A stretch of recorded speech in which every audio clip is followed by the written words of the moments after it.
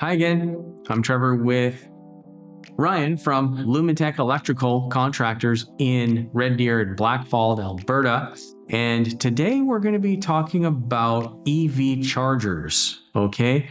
EV cars are becoming more and more prevalent, or electric vehicles are becoming more prevalent, and people are wanting chargers in their home.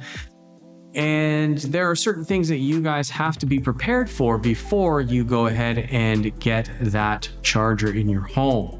So step number one is call a qualified electrician, and they'll come out and give you an assessment. So what are some things that people do need to consider when getting an electric vehicle and vehicle charger? The biggest thing is the house having enough capacity to charge the car. What does that mean? A lot of the time when they built the house originally, they probably weren't planning on putting electric vehicle chargers in. Mm-hmm. So they didn't size the wire from the street to the house to accommodate that.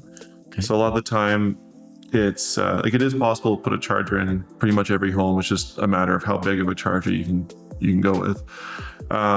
Basically, if someone wants a charger, we start by doing a load calculation on the house. So we figure out how many square feet it is, how many appliances they have that use a fair bit of power. We calculate all that in, and then we can see what's left over for the electric car charger. Once that's been determined, we can kind of work backwards from there, see what size of charger you can go with, and install the right charger. Or if they really want a bigger charger that's too big for the service, what we can do is put on a load sharing system. So we put a system on that basically monitors how much power the house is using, and then from that it will let the car charge based on what's available. So if you're not home, everything's off, then it'll charge full blast, and then as soon as you come home, turn your oven on, turn your dryer on, it will dial it down until it's not overloading the service.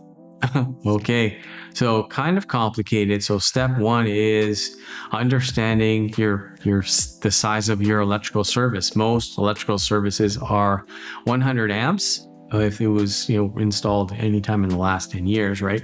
And they're really limiting the amount of 200 amp services that are allowed on the grid. So there's that problem. You talked about the size of charger. So what are the different sizes of charger? How many, is it volts, or how many amps, I guess, would be for the size of chargers that are available? For residential chargers, the biggest you're allowed to go in most cases is 60 amps at 240 volts.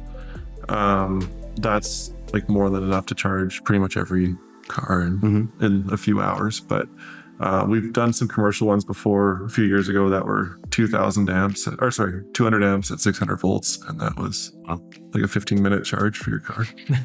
That's a lot.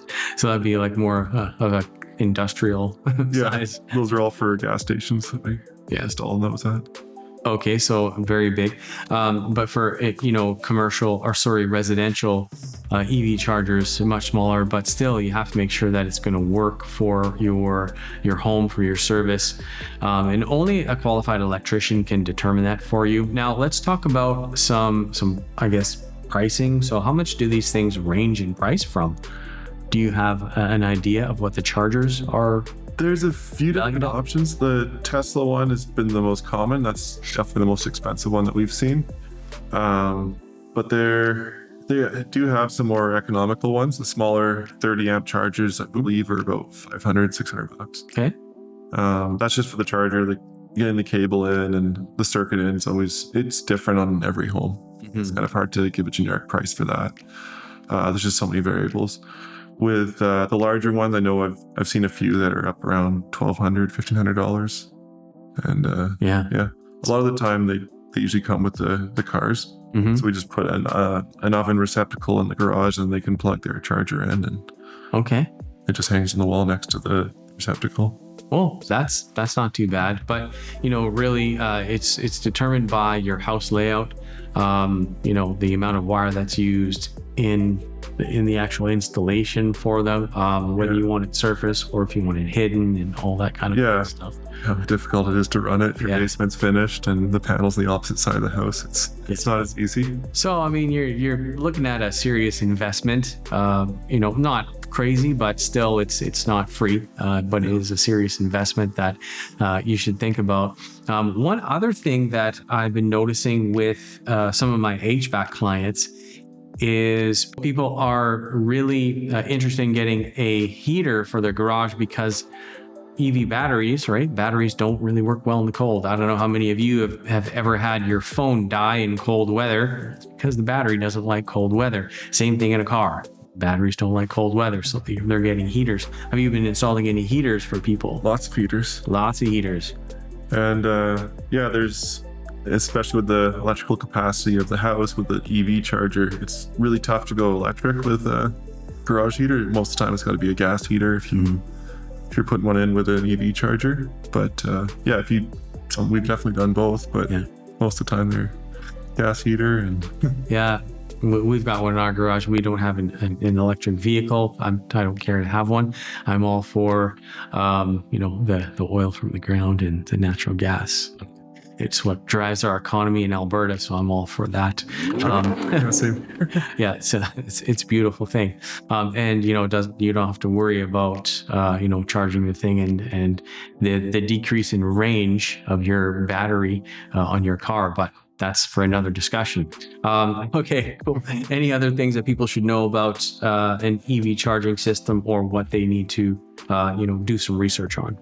Yeah, definitely research the capacity of the charger. Like, most houses are fine with a 40 amp charger, so if you can find a 40 amp charger that will meet your needs for your daily driving and charge time and all that, then yeah, kind of base it off that. And if we can install a bigger one, we can go with a bigger one, but majority of houses are okay with a 40 amp charger. Okay, well, there you have it, guys. Interested in getting an EV charger, then to call Lumentek Electrical if you're in the Red Deer, Blackfalds, Lacombe, Sylvan Lake area of Alberta. They'll be happy to come out and give you a qualified estimate on that and install it for you. Thanks so much for joining us on the channel. We appreciate it, and we'll see you on the next video.